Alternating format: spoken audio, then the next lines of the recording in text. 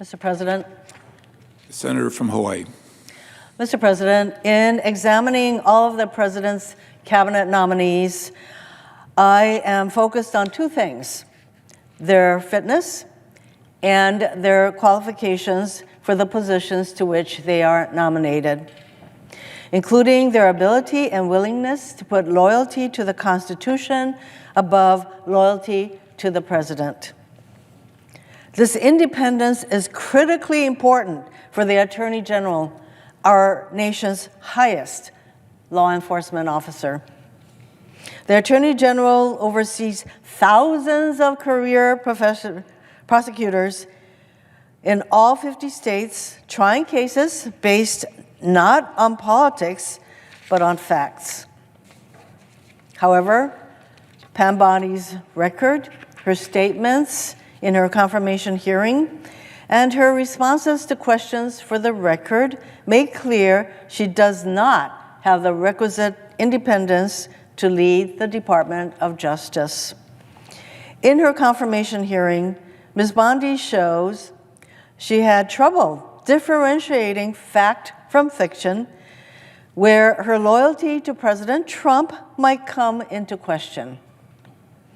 Rather than attempting to assuage my concerns shared by many of my colleagues, you just heard from one of my colleagues just previous to myself, Ms. Bondi failed to provide clear and convincing answers to the following questions: whether President Biden won the 2020 election, whether she agreed with the President's characterization of January 6 felons as hostages and patriots, whether she would make good on her promise to prosecute the prosecutors and investigate the investigators by using the DOJ to go after the President's perceived political enemies.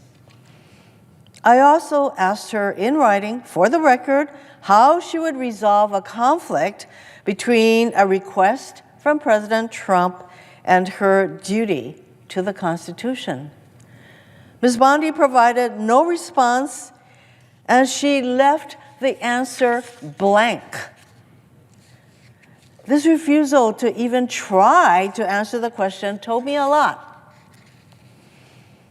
We have already seen in the 2 weeks since President Trump took office that he does not believe that the rule of law applies to him.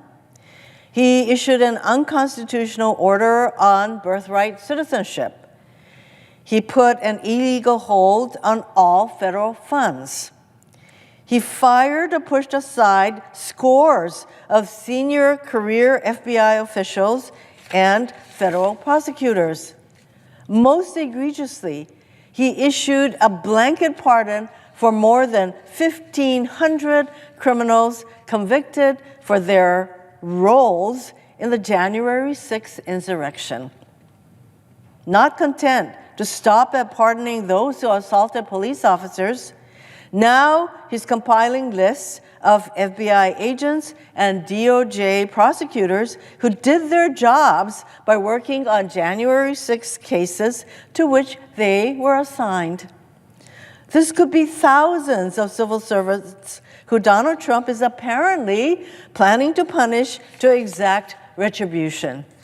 Make no mistake, by focusing DOJ and the FBI inward on themselves instead of outward on the many threats against our country, President Trump is making our nation less safe and sowing fear and chaos in the DOJ.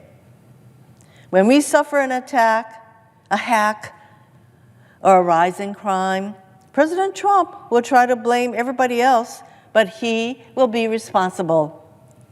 As Senator Durbin so accurately put it, Donald Trump sees the DOJ as his personal law firm. But the DOJ and the Attorney General work for the people, not for the president.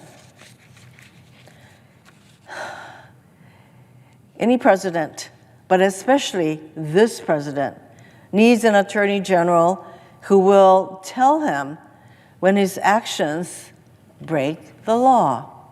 What's more, the American public deserves an attorney general who will put the law first and refuse an illegal order from the president.